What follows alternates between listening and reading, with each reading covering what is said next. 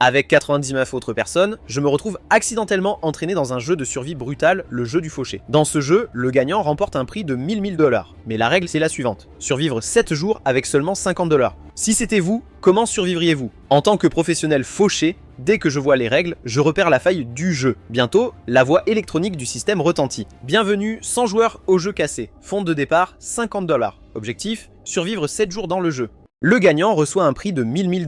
Dépenser trop, mourir ou quitter la zone de jeu compte comme une élimination avec une dette de 1000 $. La voix fait une pause. Un côté sournois. Maintenant, des lâches veulent arrêter? Vous plaisantez, j'espère? Je peux survivre 7 jours avec seulement de l'eau. Un gars potelé vêtu d'un t-shirt bon marché à côté de moi intervient. 50 $ vous permettent d'obtenir des petits pains cuits à la vapeur et des cornichons, assez si vous faites attention. Allez grand ou rentrez chez vous, pariez petit, gagnez gros. Seul un imbécile abandonnerait. La foule bourdonne, charge d'une excitation aveugle. Excellent. Les 100 joueurs sont présents. Les règles du jeu sont désormais en vigueur. Aucune sortie autorisée. Accueillez les 100 joueurs dans la contrebande à l'aéroport. Bonne chance. Un éclair de lumière blanche et je me retrouve dans un aéroport moderne et tentaculaire. L'endroit est tellement immense qu'on ne peut pas en voir la fin. Les foules se précipitent dans toutes les directions. Impossible de dire qui est un joueur et qui est un PNJ. Mon compte de jeu affiche mes fonds de départ, 50 $. 3 mètres apparaissent sur mon interface, faim, soif et énergie. Tous les 3 sont complets. Je repère un dépanneur en face et me dirige vers vérifier les prix. Au moment où j'arrive au réfrigérateur, quelqu'un laisse échapper un cri de larme. Putain de merde. Une bouteille d'eau coûte 15 $. C'est un vol de route. Je m'approche et scrute les étagères. Mon cœur se serre. Cupcakes, 50. Sandwich, 40. Petits pains cuits à la vapeur, 10 $ chacun. Même le sac de crackers soda le moins cher coûte 18 $. Avec seulement environ 7 $ par jour, je ne peux même pas me permettre une demi-bouteille d'eau. Le type potelé me regarde, le désespoir inscrit sur son visage. Joueur 66, c'est fini. Cet argent ne permet d'acheter que 3 bouteilles d'eau, des gens vont mourir dans une semaine. Je soupire, le système ne gère pas un organisme de bienfaisance. Je savais que ce ne serait pas aussi simple. D'autres joueurs affluent dans le magasin, les visages tordus par le choc et la panique. Le type potelé me prend à l'écart, joueur 66, je m'appelle Wade. Joueur 44, faisons équipe. Si quelqu'un vous dérange, je m'en occupe. Il lance un combo d'arts martiaux rapide, étonnamment agile. Mais tant que je n'aurai pas compris les règles du jeu, je ne veux faire équipe avec personne. Je refuse poliment et laisse le magasin tranquille. Première priorité, trouver de l'eau gratuite. À l'extérieur des toilettes, je trouve un distributeur d'eau et à côté, 2 bouteilles en plastique abandonnées. Je les rince, puis je les remplis. Eau triée. Coût 0 $. Ensuite, les sources d'énergie. Je repère un café. Le comptoir à condiments comporte des rangées soignées de sachets de sucre blanc, de tasses à crème et de sachets de cassonade. Le sucre est une source d'énergie essentielle. Les sachets de sucre peuvent être utilisés en cas d'urgence pour prévenir une hypoglycémie. Je m'approche avec un visage vide, bougeant avec autant de désinvolture que si j'attrapais quelque chose à la maison. Une douzaine de sachets de sucre et quelques tasses de crème glissent dans ma poche en moins de 2 secondes. Je sors du café, me dirige vers un coin vide, déchire 2 sachets de sucre et les verse directement dans ma bouche. La douceur explose sur ma langue, apportant un sentiment éphémère de satisfaction. Sucre trié, coût 0 $. La climatisation de l'aéroport fonctionne comme une glacière. Peut-être que le système l'a fait exprès. Plus il fait froid, plus vite nous brûlons de l'énergie. Mes vêtements fins ne font rien contre le froid. Je dois continuer à bouger pour rester au chaud. Je fouille dans une poubelle et trouve une couverture que quelqu'un a jetée après son vol. Plus le temps passe, plus ma faim se renforce. Vers 8 h du soir, je me dirige vers une boulangerie. À travers la vitrine en verre, le pain invendu dégage un arôme alléchant de blé. Mon estomac grogne bruyamment. Mon instinct aiguisé et brisé me dit que le pain devrait être en promotion maintenant. Le toast, initialement au prix de 30, n'est plus que de 15. Mais ce n'est pas suffisant. À l'approche de l'heure de fermeture, la remise pourrait être encore plus réduite, voire gratuite. Chaque dollar économisé est une chance de survivre. Je m'assois sur un banc en face de la boulangerie, les yeux mi-clos, au repos. Soudain, 20 ou 30 personnages affluent de toutes parts et se précipitent follement vers la boulangerie. La petite entrée devient une cohue chaotique. Dans le chaos, je vois des gens agiter de l'argent liquide, d'autres simplement prendre du pain sur les étagères. L'employé paniqué crie « Faites la queue, s'aligner », mais c'est inutile. En quelques minutes, tous les articles à prix réduit, y compris les toasts que je regardais, ont disparu. Ceux qui ont reçu du pain ont l'air soulagés, comme des survivants. Ceux qui ne se frappaient pas la poitrine, les yeux creux de désespoir. L'air est rempli de malédictions, de plaintes et de soupirs désespérés de la part des autres joueurs. Mon indicateur de faim est déjà tombé à 30 %. Je prends une profonde inspiration, repoussant les crampes dans mon estomac. Je détourne mes yeux du chaos et lève les yeux vers l'immense panneau d'affichage des informations de vol au-dessus de moi. Les statuts de vol rouge continuent de défiler. Il est temps de montrer de quoi je suis vraiment fait. Dans cet aéroport, les joueurs peuvent se déplacer librement n'importe où, même sans carte d'embarquement. Vous pouvez vous présenter aux portes. Je scanne le tableau, me concentrant sur quelques retards surlignés en rouge gras. Seuls les retards de plus de 6 heures sont ma proie. Je traîne mes jambes affaiblies vers une porte d'embarquement. Une petite foule s'y est déjà rassemblée, l'air chargé de frustration et de sueur. La porte 102 est retardée de 8 heures et les passagers bloqués ont encerclé l'agent de porte. L'agent est une jeune femme, le visage rouge, les crachats des passagers en colère lui frappant presque les joues. Votre compagnie aérienne est-elle complètement inutile ? Mon enfant pleure de faim. Vas-tu faire quelque chose ? Compensation. Nous exigeons une compensation. Payez-nous maintenant, la scène est le chaos. La voix de l'agent s'est noyée dans la vague de cris. Elle a l'air prête à pleurer. Soudain, ça me frappe. C'est ma chance. Je me précipite de toutes mes forces au centre de la foule, me plaçant juste devant l'agent. Calme. Je rugis avec tout ce que j'ai. La foule se fige, abasourdie par l'éclat. Je montre la mère qui tient son enfant qui pleure et je crie à chaque passager. Regardez, regardez cet enfant qui pleure. Est-ce que crier ici fera voler l'avion ? La compagnie aérienne a tort. Ils doivent prendre leurs responsabilités. Mais de quoi avons-nous le plus besoin en ce moment ? Nourriture. Un endroit pour se reposer. La force de continuer à les combattre jusqu'au bout. Je me tourne vers l'agent de dépannage et parle vite. Les gens le perdent. La priorité absolue est de les calmer. Distribuez dès maintenant des chèques repas et des chèques hôtels, nourrissez et installez tout le monde, sinon ça explose. Pouvez-vous gérer ça ? Je n'arrête pas de leur dire que je peux distribuer des bons de repas et d'hôtels, ils n'en veulent pas, dit l'agent au bord des larmes. Tout le monde doit faire la queue et présenter sa carte d'embarquement pour les récupérer. Dans un moment comme celui-ci, vous parlez de procédure, je l'interromps et montre la mère avec l'enfant. Regardez comme cette maman est épuisée. Elle a tenu son bébé dans ses bras pendant 8 heures et maintenant elle doit faire la queue pour obtenir votre bon. Je me suis tourné vers la maman. Madame, donnez-moi votre carte d'embarquement. Je vais le chercher pour toi. Je tends la main avec une autorité inébranlable. Elle m'attrape comme une bouée de sauvetage et me met immédiatement son laissez-passer dans la main. Une fois que quelqu'un mène, l'effet est instantané. D'autres, ceux dont les parents sont âgés, les enfants ou tout simplement épuisés, commencent aussi à me montrer leur carte d'embarquement. En quelques secondes, je détiens plus d'une douzaine de passes. Je me tourne vers l'agent, lui tends les laissez-passer et baisse la voix. Rapide. Traitez d'abord les plus urgents, c'est mieux que de faire l'actualité. Droite, dépêchez-vous, glissez-moi 2 tickets repas supplémentaires, je calmerai les parents avec enfants. Tout le monde a une issue. L'agent me regarde avec gratitude et fait fonctionner la machine rapidement. Elle sort une pile de bons, compte ceux qui correspondent à mes cartes d'embarquement, puis en glisse rapidement 2 supplémentaires et me tend le paquet, ses yeux me remerciant. J'ai compris. Mon cœur bat la chamade, mais je garde mon visage calme. Madame, emmenez votre bébé et allez manger. Monsieur, voilà. Je distribue rapidement les bons d'échange et les cartes d'embarquement correspondant en avançant rapidement. Finalement, je saisis les 2 bons supplémentaires et les range dans ma poche la plus intérieure. Je crie à la foule, va chercher tes bons, mange, repose-toi, garde tes forces. Nous réglerons nos comptes avec eux plus tard. Tandis que l'attention de la foule se tourne vers la réclamation des bons, je m'éclipse comme une anguille glissante disparaissant dans les couloirs animés du terminal. Pour survivre dans ce jeu, vous devez exploiter les failles mieux que quiconque. Au moment où je quitte le salon, je tombe à nouveau sur Wade. Il sourit innocemment. Joueur 66, j'ai vu ce que tu as fait là-bas. Vous négociez comme un patron de cinéma. Vous n'envisagez vraiment pas de faire équipe avec nous ? Vous pourriez avoir besoin de l'aide des autres plus tard, vous savez ? En une seule journée, 4 autres joueurs se sont rassemblés autour de lui. Je décline à nouveau son invitation. Avec les tickets restaurants, je mange à ma faim. Le compteur de faim est de nouveau plein pour l'instant, mais l'épuisement m'envahit comme une marée. Mon compteur d'énergie est tombé en dessous de 50%. Il est 11 h du soir.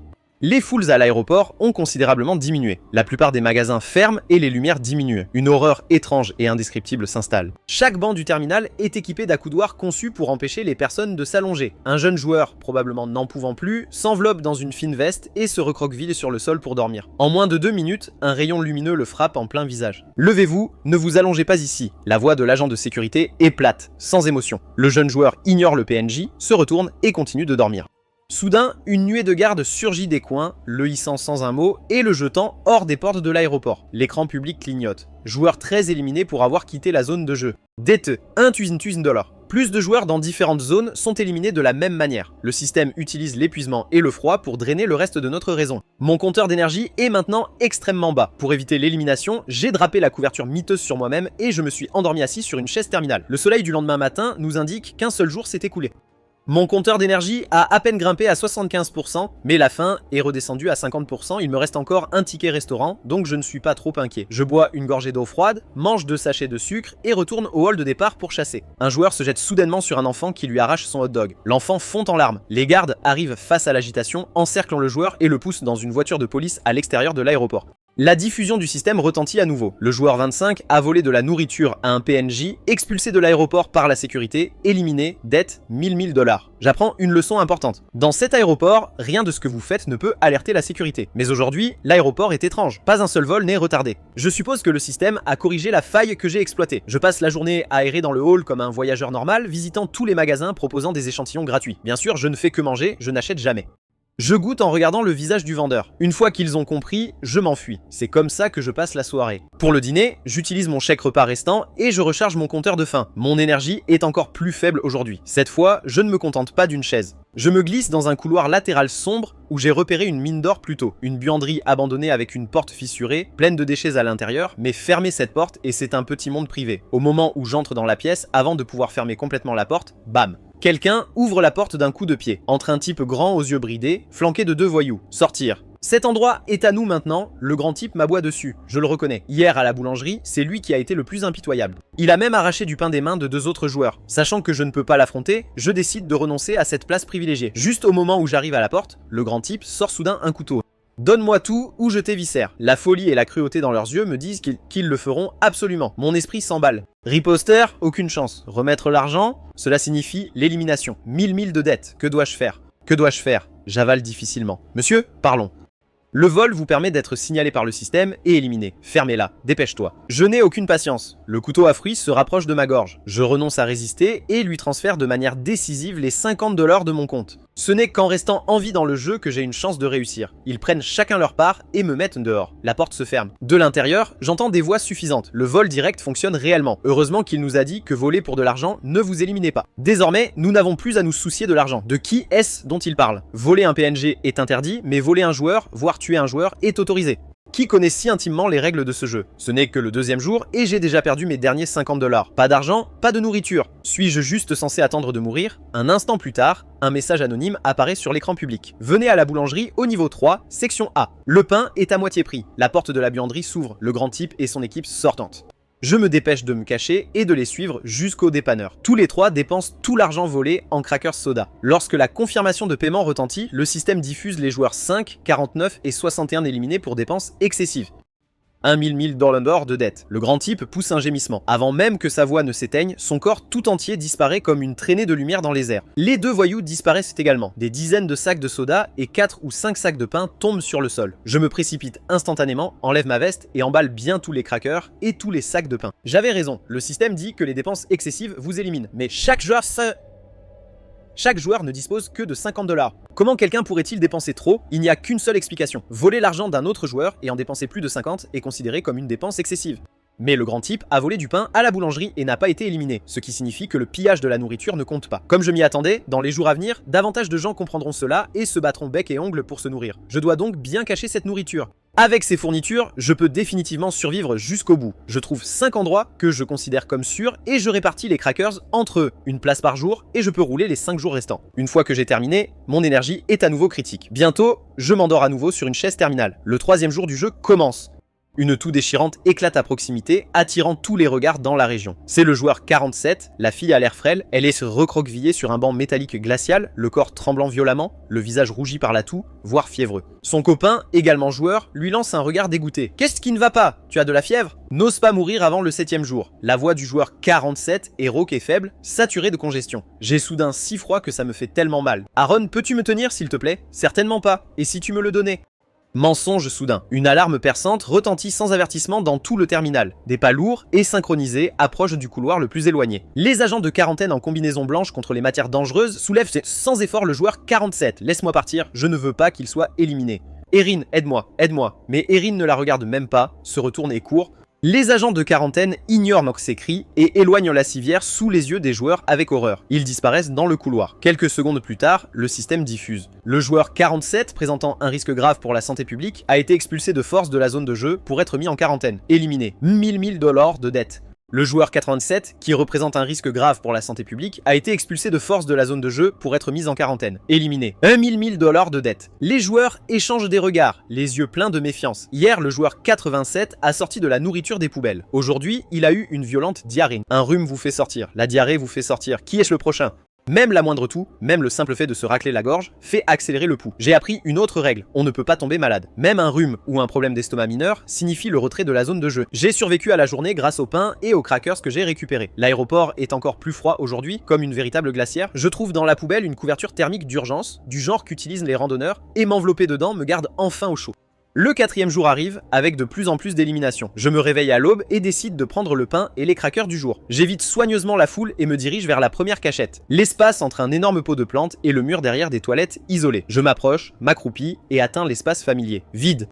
Il n'y a rien à l'intérieur. Mon cœur se serre. Refusant d'y croire, je tâte autour de moi avec plus d'attention. Il ne reste même pas un morceau d'emballage de crackers. Je ne perds pas de temps et cours jusqu'au prochain endroit. Rien. Toujours rien. Les 4 cachettes ont été nettoyées. Des dizaines de sacs de biscuits soda et de pain salvateur sont partis du jour au lendemain sans laisser de traces. Ma main gagnante garantie a été complètement renversée, identifiant chaque emplacement en une nuit et les éliminant tous en silence. Aucun joueur ordinaire ne pourrait faire ça. Qui m'a surveillé tout ce temps? Mon moral s'effondre. Je recherche à nouveau sans vergogne des échantillons gratuits, mais de plus en plus de joueurs font de même. Les vendeurs ont compris et ont caché tous les échantillons. Même le comptoir des condiments du café est vide. Les sachets de sucre sont tous sous clé. Les poubelles sont devenues des champs de bataille privilégiés. De nombreux joueurs risquent encore la diarrhée en les creusant pour se nourrir. Quand j'y arrive, il ne reste même pas des miettes. C'est comme ça que je file jusqu'à 10 h du soir avec tous mes compteurs qui clignotent en rouge. Je me dirige vers la rangée de boutiques de luxe de l'aéroport. D'autres joueurs chuchotent à proximité. Ce type est sur le point d'être éliminé. Que va-t-il faire dans un magasin de luxe? Dans une poubelle non loin des boutiques de luxe, je déterre quelques sacs et cartons abandonnés. De nombreux voyageurs abandonnent leurs cartons avant le départ pour échapper aux taxes douanières. Je range soigneusement les boîtes dans le sac le plus intact et le porte. Lors de mes premières reconnaissances au premier étage du hall des départs, j'ai découvert quelque chose d'étonnant. Il y a un restaurant de hot pot ouvert là-bas, alors maintenant j'y vais pour trouver un endroit de repos gratuit et de la nourriture gratuite. Je pousse la lourde porte vitrée. La chaleur et le riche arôme du bouillon de suif de bœuf m'envahissent. Une serveuse au doux sourire arrive au trot pour me saluer. Bienvenue monsieur, combien? 2. Je laisse tomber nonchalamment le sac de luxe accrocheur sur la chaise à côté de moi, ma voix portant une râpe à peine perceptible. Trouvez-moi un endroit tranquille, j'attends quelqu'un. Ses yeux se tournent vers le sac que je tiens à la main, son sourire s'élargissant. Bien sûr monsieur, par ici, s'il vous plaît. Quiconque achète autant de luxe ne peut pas être un type fauché. Elle me conduit à une cabine semi-privée avec un canapé rembourré extrêmement privé. Au moment où je m'assois, je sors mon téléphone, mes doigts glissant rapidement. Je compose un numéro qui n'existe pas réellement. Dès l'instant où l'appel est connecté, ma voix en larmes explose dans la zone calme. Je t'attends au restaurant de fondue de l'aéroport. J'ai acheté un vol à 3 h du matin pour Paris. Si tu ne viens pas, tu ne me reverras plus jamais de cette vie. Je pose le téléphone sur la table. Mes yeux se remplissent instantanément de larmes. La serveuse arrive en toute hâte avec un bol fumant de soupe aux champignons blancs et une petite assiette de fruits, la voix dégoulinante de tendresse. Monsieur, s'il vous plaît, calmez-vous. Boire quelque chose à boire d'abord. Votre copine vous a contrarié? Ma voix est lourde de congestion. Merci. En pensant qu'elle est avec l'amour de sa vie, je ne peux rien manger. La serveuse pose le bol devant moi. Plus vous êtes triste, plus vous devez manger. Comment aurez-vous la force de lui faire le regretter pour toujours? J'acquiesce, prends le bol et sirote lentement. Le liquide chaud et sucré glisse dans ma gorge desséchée. La faim gronde en moi, mais pour le moment je dois me retenir. Bientôt, elle apporte un autre bol gratuit, cette fois un œuf cuit à la vapeur. Je me traîne nonchalamment jusqu'au comptoir des condiments et prends 3 grosses cuillerées de crumble de bœuf et les jette dans l'œuf cuit à la vapeur. De retour à ma place, je réprime l'envie de l'engloutir et de manger avec les petites bouchées les plus raffinées, ma vision périphérique traquant la serveuse et le gérant. La serveuse est comme un radar à ce stade. Monsieur, puisque vous avez le moral, que diriez-vous d'essayer notre nouvelle soupe aux tomates, sucrée et piquante, qui ouvre vraiment l'appétit? Un bol de soupe aux tomates alléchante apparaît devant moi. Laisse-moi aussi t'apporter des collations. Une assiette de frites gratuite arrive juste après. La serveuse revient, les yeux pleins de curiosité et de sympathie, visiblement plus anxieuse que moi. Des sonnettes d'alarme retentissent dans ma tête. Elle le demande trop souvent. Je change de mode instantanément. Les larmes inondent à nouveau mes yeux, ma voix tremblante de désespoir. Est-ce qu'elle ne veut vraiment plus de moi? En fait, je n'allais pas partir. Je baisse la tête juste au bon moment.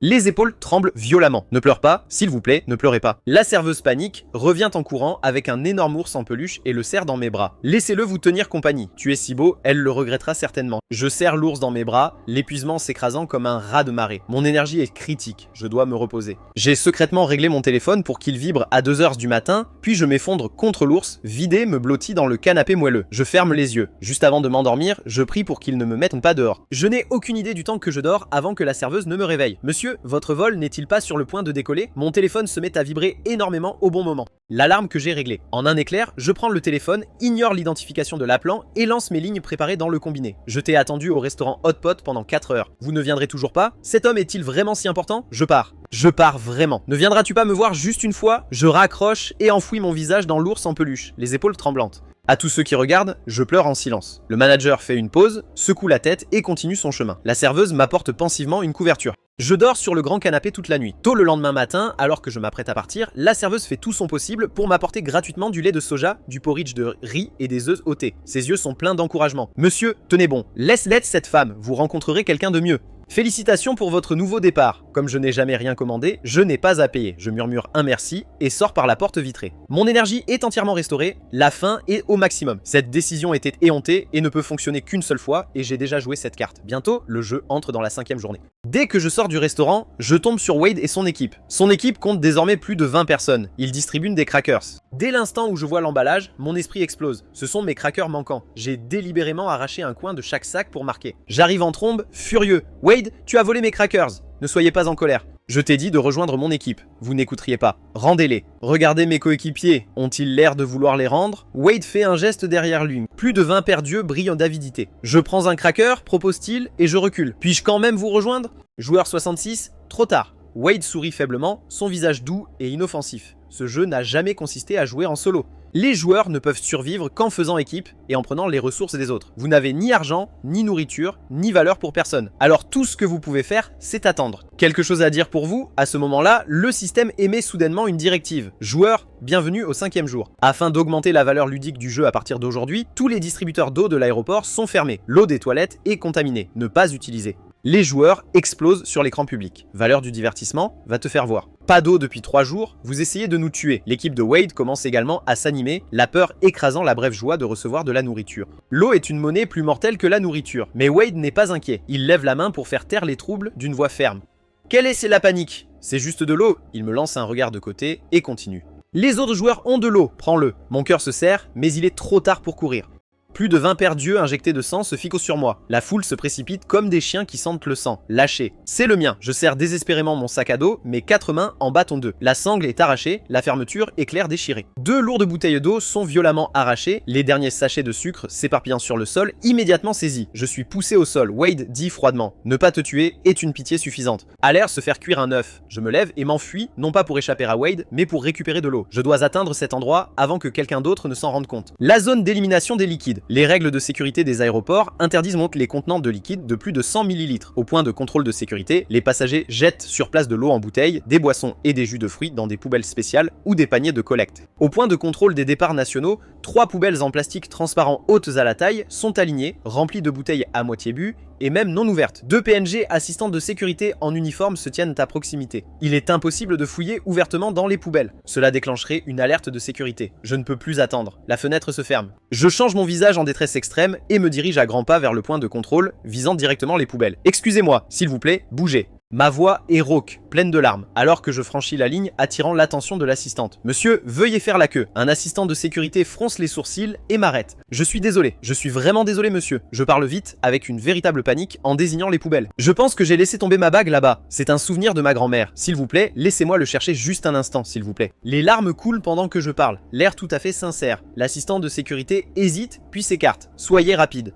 Ne perturbez pas la ligne, merci monsieur. Je le remercie abondamment et me jette aux poubelles. Je vais écarter les sacs pour ne gêner personne. Je sors tranquillement 3 gros sacs de déchets des poubelles et me retire dans un endroit que l'assistant de sécurité ne peut pas voir. Putain de merde. Cette quantité d'eau peut certainement me durer 3 jours. Je vide rapidement un sac, le charge de bouteilles non ouvertes et m'éloigne d'un pas vif du point de contrôle. Mon cœur bat à tout rompre, comme s'il était sur le point d'éclater. Je n'ose pas m'attarder et plonger directement dans des toilettes calmes et accessibles à proximité, verrouillant la porte derrière moi. Je ne peux absolument pas faire savoir aux autres joueurs que j'ai autant d'eau seul. Je monte sur les toilettes, soulève le carrelage du plafond et cache une partie de l'eau dans le plafond. Je sors des toilettes et trouve quelques espaces supplémentaires pour cacher le reste. Ensuite, je cours jusqu'au point de contrôle des départs internationaux et je fais le même tour. Je reçois une énorme quantité d'eau et je la cache de la même manière. Ce n'est pas de la cupidité, j'ai un plus grand projet. Au 5e jour, il reste 67 joueurs. L'équipe de Wade en compte 25. Ils se déplacent donc comme une nuée de sauterelles, attrapant n'importe quel joueur et le privant d'eau et de nourriture, sans même laisser un seul biscuit. Quiconque résiste est frappé et frappé.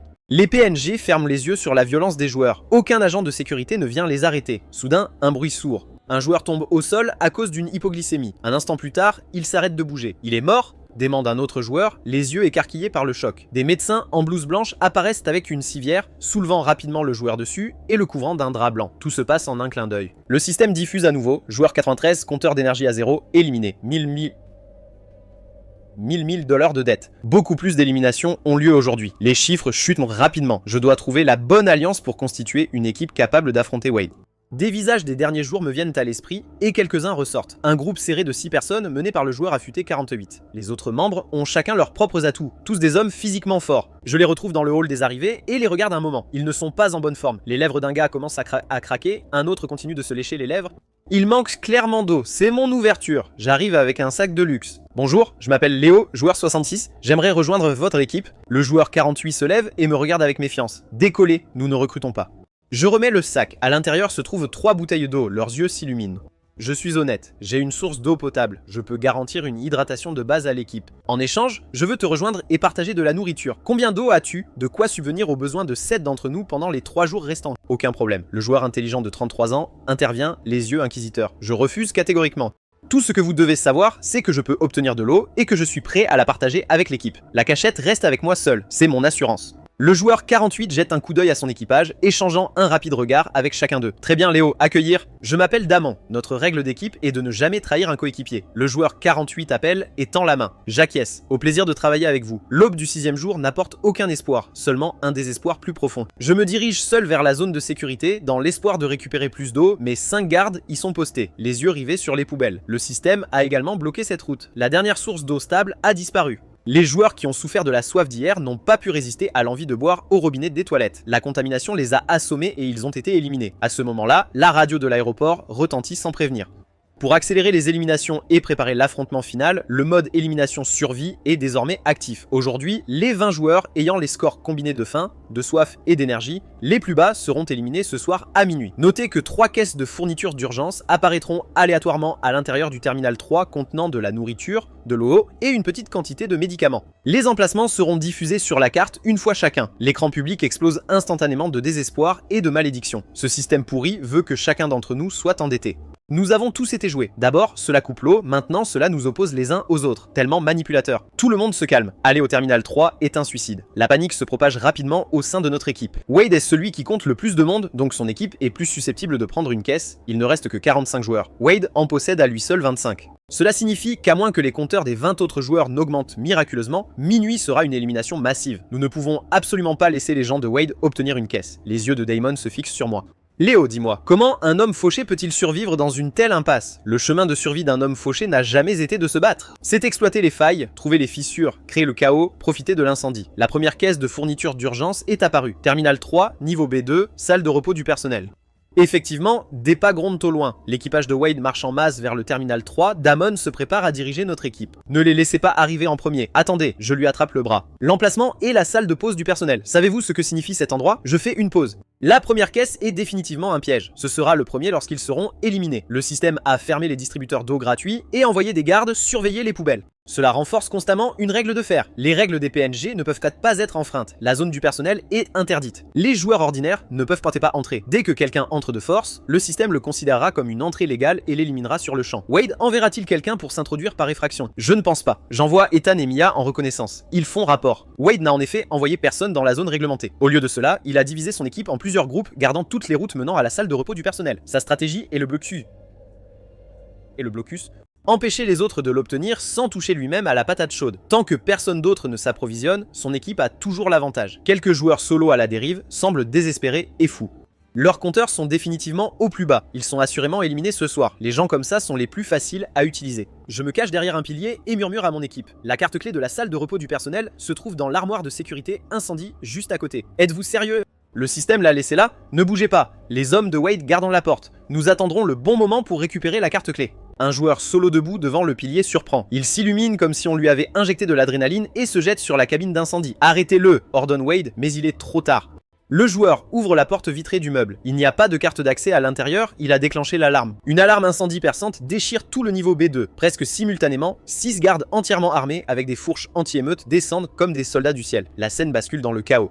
Les gardes ne se soucient pas de savoir qui a ouvert le placard. Toute l'équipe de Wade, ainsi que le joueur qui l'a ouvert, sont tous coincés par des fourches anti-émeute et traînés dehors. Les diffusions d'élimination se succèdent. Wade perd 5 personnes en un instant, son équipe n'en a plus que 20. La caisse n'a pas été réclamée et ils n'ont rien reçu. À ce moment-là, la deuxième caisse se déverrouille. Une deuxième caisse de fourniture d'urgence est apparue. Terminal 3, niveau L3, entrée salon personnes très importante. L'entrée du salon des personnes très importantes dispose généralement d'un bureau de conciergerie et d'un personnel dédié. L'environnement est plus haut de gamme, avec une sécurité plus renforcée. Nous observons de loin. L'ascenseur menant à la zone très importante pour les personnes L3 est déjà gardé par les gens de Wade. Sur la table basse du salon, la caisse argentée ressort avec éclat. « Que faisons-nous? Cette fois, nous ne pouvons même pas nous approcher », dit Mia avec inquiétude. Je tende mon téléphone à Mia. Apportez ceci aux objets trouvés. Pourquoi me donnes-tu tes affaires à apporter aux objets trouvés? Demande Mia surprise. Allez-y, dépêchez-vous, je vous le conseille. Mia remet mon téléphone chez Lost and Found. Une demi-heure plus tard, j'arrive aux objets trouvés avec un faux air anxieux. J'ai perdu un téléphone et une carte de salon VIP. Pendant mon temps d'errance dans l'aéroport, j'ai également surveillé l'entrée très importante du salon des personnes dans l'espoir de trouver de la nourriture. J'ai remarqué que tous ceux qui entraient avaient glissé une carte VIP noire. Dans un aéroport aussi immense, personne n'a jamais laissé tomber une carte VIP. Je décris le téléphone et la carte VIP au personnel. Le personnel trouve effectivement mon téléphone et une carte VIP. Est-ce que ce sont eux? Oui. Oui, c'est eux. Je prends le téléphone et la carte avec enthousiasme. Merci. Attendez, vous devez fournir une preuve de propriété.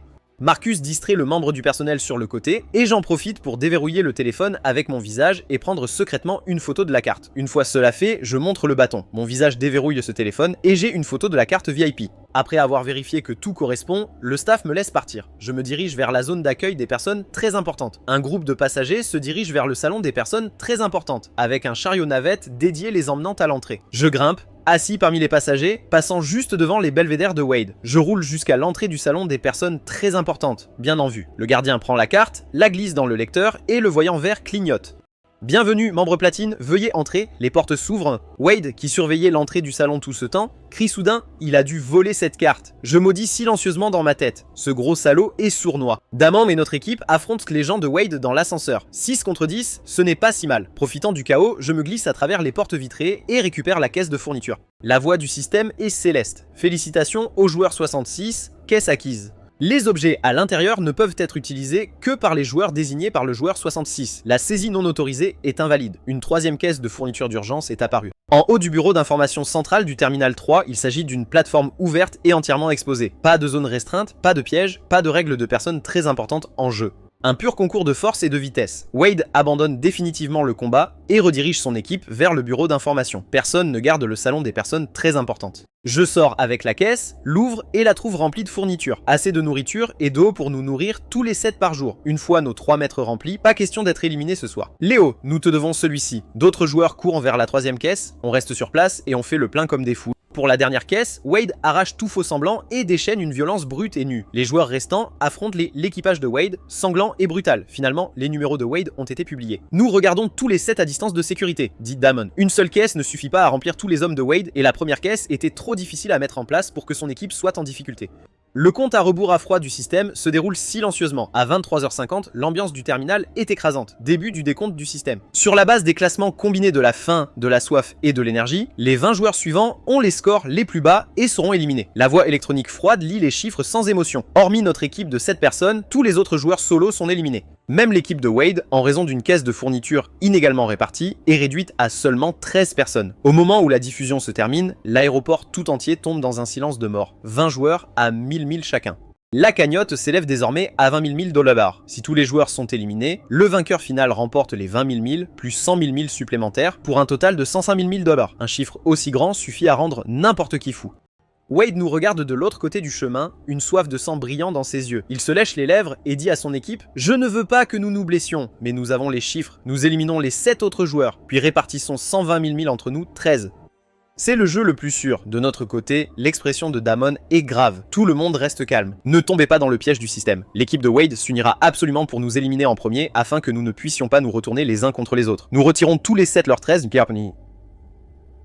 puis nous partageons les 120 000. C'est la solution optimale pour le moment. Tubi s'effondre au sol. Comment? Nous avons moins de monde qu'eux. Nous ne sommes que des agneaux à l'abattoir. Trouvons d'abord un endroit où nous cacher et séparons-les, je propose. Je connais un endroit. Minuit sonne. Un compte à rebours rouge sang de 24 heures apparaît sur l'écran. Les lumières de l'aéroport tout entier sont teintes d'un pourpre dur et éclatant, clignotant sauvagement. Une alarme perçante retentit, non pas depuis n'importe quel haut-parleur, mais injectée directement dans nos esprits. Les passagers, le personnel et les gardes animés des PNG d'il y a un instant disparaissent sans laisser de traces. Le vaste terminal 3 ne compte plus que 20 personnes. Courir, l'instinct de survie l'emporte sur la peur. Nous sprintons tous les 7. Au moment où nous entrons dans l'ascenseur, je bloque le bouton de fermeture de la porte. Bruit. Les portes se referment sur le visage hargneux de Wade. Bon sang, ne les laissez pas s'échapper. Éliminez-les. L'argent est à nous. L'ascenseur s'effondre, nous emmenant jusqu'au parking souterrain. L'air est chargé d'essence, de poussière et de chaleur humide. Nous nous dispersons immédiatement comme des souris effrayées, chacune cherchant un abri. Presque à la seconde où nous nous sommes cachés, Wade et son équipe ont fait irruption dans le garage depuis les escaliers de secours.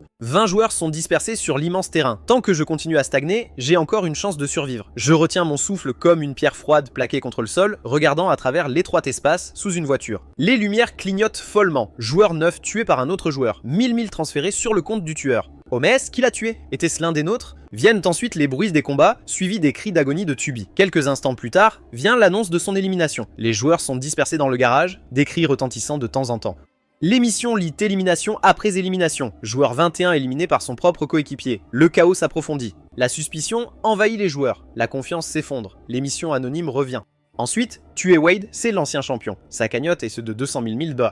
Éliminez-le, divisez 200 000 000. Ce message fait exploser instantanément le garage. Quoi? Wade est l'ancien champion? Pas étonnant qu'il soit si fort. Bon sang, nous avons joué. Wade se démène pour expliquer. N'écoutez pas ces conneries anonymes. Je suis comme toi, c'est aussi la première fois que je joue. Mais plus personne ne le croit. Face à 200 000 d'individus, la raison s'effondre en un instant. Grâce à lui, nous saurons s'il y en a 200 000.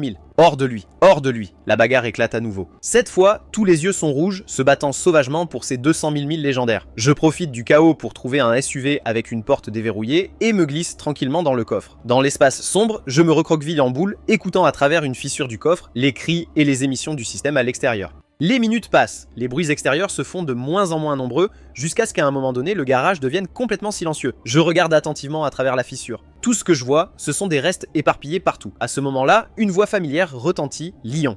Léo, où es-tu? C'est la voix de Damon. J'ai attrapé Wade. Sortir, tournons-le ensemble et partageons les 200 000. À travers la fissure, je vois que Damon a étroitement attaché Wade. Je retiens mon souffle, n'osant pas répondre. Damon passe juste devant ma voiture. J'ai poussé un léger soupir de soulagement et la seconde suivante, le coffre s'est violemment ouvert, la dure lumière cramoisie inondant mon véhicule. Voilà donc où vous en êtes. Tu m'as fait chercher pour toujours. Cache, c'est fini. Joueur 66, la voix de Damon dégouline de moqueries écœurantes et une peur glaciale s'empare de mon cœur. Damon m'attrape fermement et me tire hors du coffre. Donc vous étiez ensemble depuis le début, la soi-disant chasse à l'homme, la soi-disant rivalité d'équipe. C'était tout un double acte. Le but était d'utiliser les règles et de laisser les autres faire le sale boulot, en éliminant tous les joueurs sur votre chemin jusqu'à ce qu'il ne vous reste plus que vous deux pour tout partager. Vous connaissez parfaitement les règles du jeu, vous avez utilisé des messages anonymes pour pousser les joueurs à se voler les uns les autres et à dépenser trop, puis vous en récoltez les fruits. Vous saviez que la dernière journée serait un massacre, alors Wade a commencé à constituer une équipe dès le début, tandis que Damon se positionnait délibérément comme l'opposant de Wade. De cette façon, lors de la dernière journée, les deux équipes se déchireraient et vous en profiteriez tous les deux. Damon affiche un sourire amusé. Léo, tu es vif, merci pour tous ces derniers jours. Wade perd finalement patience et grogne. Damon, détache-moi déjà, pourquoi perds-tu du temps avec lui? Renvoyez-le simplement. Damon regarde froidement Wade. Te détacher? Vous plaisantez. Partager 100 000 1000 de façon ne vaut pas mieux tout prendre moi-même. De plus, vous avez accumulé 200 000 au dernier tour, donc ça devrait être le mien aussi. D'un seul coup, il élimine Wade. Puis Damon ricane. J'ai oublié de te le dire. Ce dernier message anonyme, je l'ai envoyé. Joueur 44 éliminé. Révélation bonus, le joueur 44 était le précédent champion avec des gains cumulés de 200 000 $ désormais transférés sur le compte du chasseur. Damon admire son prix. Maintenant, je vaporise soudainement de la laque de qualité industrielle directement sur le visage de Damon. Un épais nuage collant le frappe de plein fouet. Damon laisse échapper un cri horrible, se tenant le visage et trébuchant en arrière, plié d'agonie. Je me précipite à quatre pattes vers le siège du conducteur. Pendant que je me cachais, je l'ai confirmé. Cette voiture n'a pas seulement un coffre déverrouillé, mais aussi une porte conducteur déverrouillée, et la clé est juste là dans le contact. Joueur 66, Damon rugit, je vais t'écorcher vif. Ignorant la douleur, il charge comme un lion enragé. Le poignard m'effleure la tête et s'écrase sur le siège conducteur en cuir. Mes doigts agrippent la touche froide et se tordent fort. Vroom, le moteur rugit et se réveille instantanément. Je passe en voiture presque simultanément et j'appuie avec mon pied droit sur la pédale d'accélérateur avec tout ce que j'ai. Damon ne s'attendait pas à ce que cette voiture démarre soudainement. L'impact massif envoie son corps voler dans les airs avant de s'effondrer au sol, mais il essaye toujours de remonter. Je passe la marche arrière et je roule sur lui. Quelques instants plus tard, le système rend son verdict final. Révélation du bonus éliminé du joueur 48. Le joueur 48 était le précédent champion, avec des gains cumulés de 180 000 $, désormais transférés sur le compte du chasseur. Joueur survivant 1. Félicitations, joueur 66. Vous avez survécu jusqu'au bout et êtes devenu le seul champion de cette vague de contrebande à l'aéroport. Les gains du joueur 66 ce tour, 120 000 $, plus 200 000 $, plus 180 000 $, pour un total de 500 000 $. Je rampe sous le siège du conducteur avec beaucoup de difficultés, couvert d'huile et de poussière. Il n'y a pas d'euphorie, seulement un épuisement profond et l'engourdissement creux d'un survivant. Les lumières pourpres s'éteignent lentement, les alarmes se taisent. Un éclair de lumière blanche et je me retrouve dans le vide où le jeu a commencé. Le système me murmure à l'oreille. Vous disposez désormais de 500 000 $. Vivez bien. Mais selon les règles, les champions ne sont pas autorisés à quitter la partie. Sinon, vous avez une dette de 500 000 $. La lumière blanche s'estompe lentement. Les gens se tiennent tout autour de moi, les yeux écarquillés, scrutant l'environnement sous le choc et la confusion.